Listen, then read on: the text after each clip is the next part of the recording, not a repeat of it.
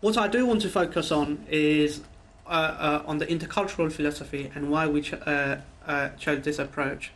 We heard a couple of the speakers talk about interculturalism a while ago, so I just want to focus on that a bit as well. The concept of multiculturalism is, in our view, a bit outdated. Our preferred concept is that of interculturalism. The difference being that in multicultural society, individuals are encouraged to live in proximity and tolerance of each other's differences, a tolerance which is often reinforced by compliant ignorance of their neighbour's culture.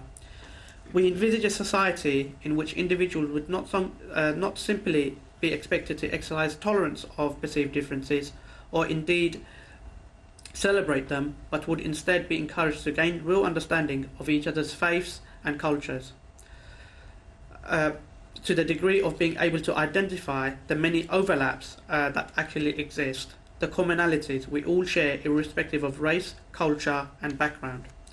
Therefore, as we progressed our plans to develop our network of community centres, we resisted pressure from different communities to provide for their needs separately.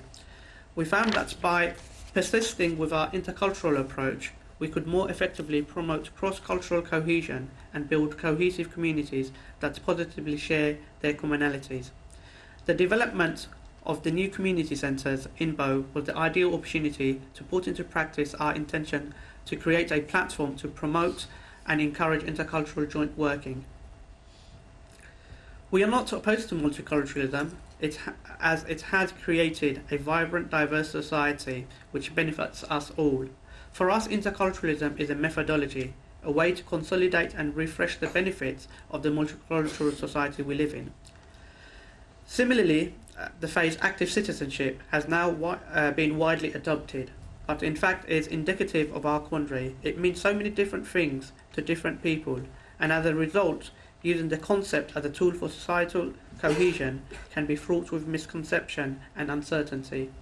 But if we instead concentrate on identifying and celebrating our commonality, the things which unite us, we can ensure that these things are the foundation stones of a shared understanding of British citizenship, tolerance and mutual respect. If active citizenship is to be a powerful, relevant concept for us all in the 21st century, then the beliefs we share, irrespective of how we live and individually express our faith and culture, must be the lifeblood of a common public vision. This is the foundation stone for us of interculturalism. Now, just to put a bit of context into to this, I want to share a personal story. And we heard a similar story as a community a little while ago. As a young person growing up in East End of London, about a mile away from Bow, I attended a primary school which had a good balance of cultures and races. I went to a secondary school which, when I joined, had about 70% students from a Bangladeshi background.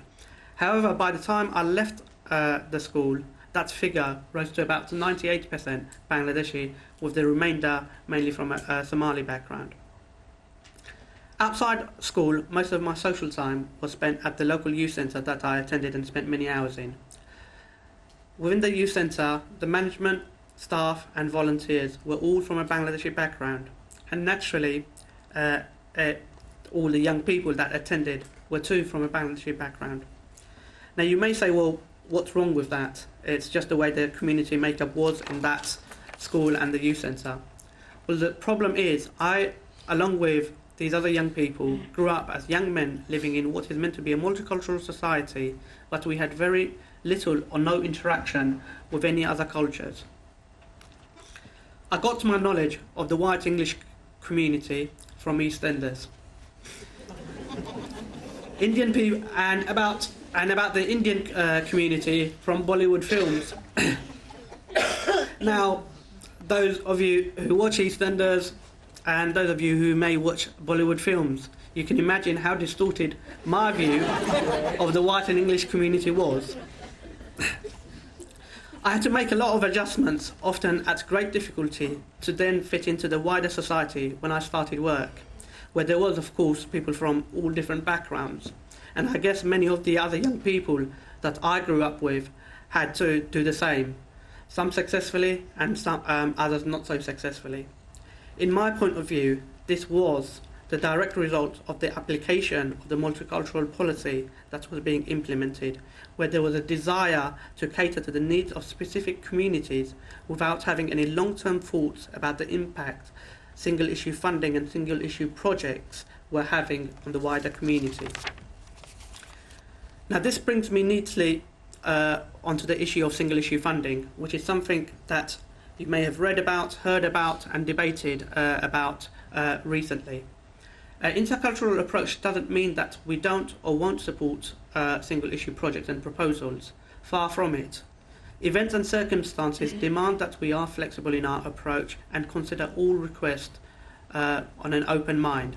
Single-issue funding can still be justified as a pump-priming mechanism, but we must be clear in identifying the outcomes we want to create and ensure that those are not contradictory to the community cohesion agenda.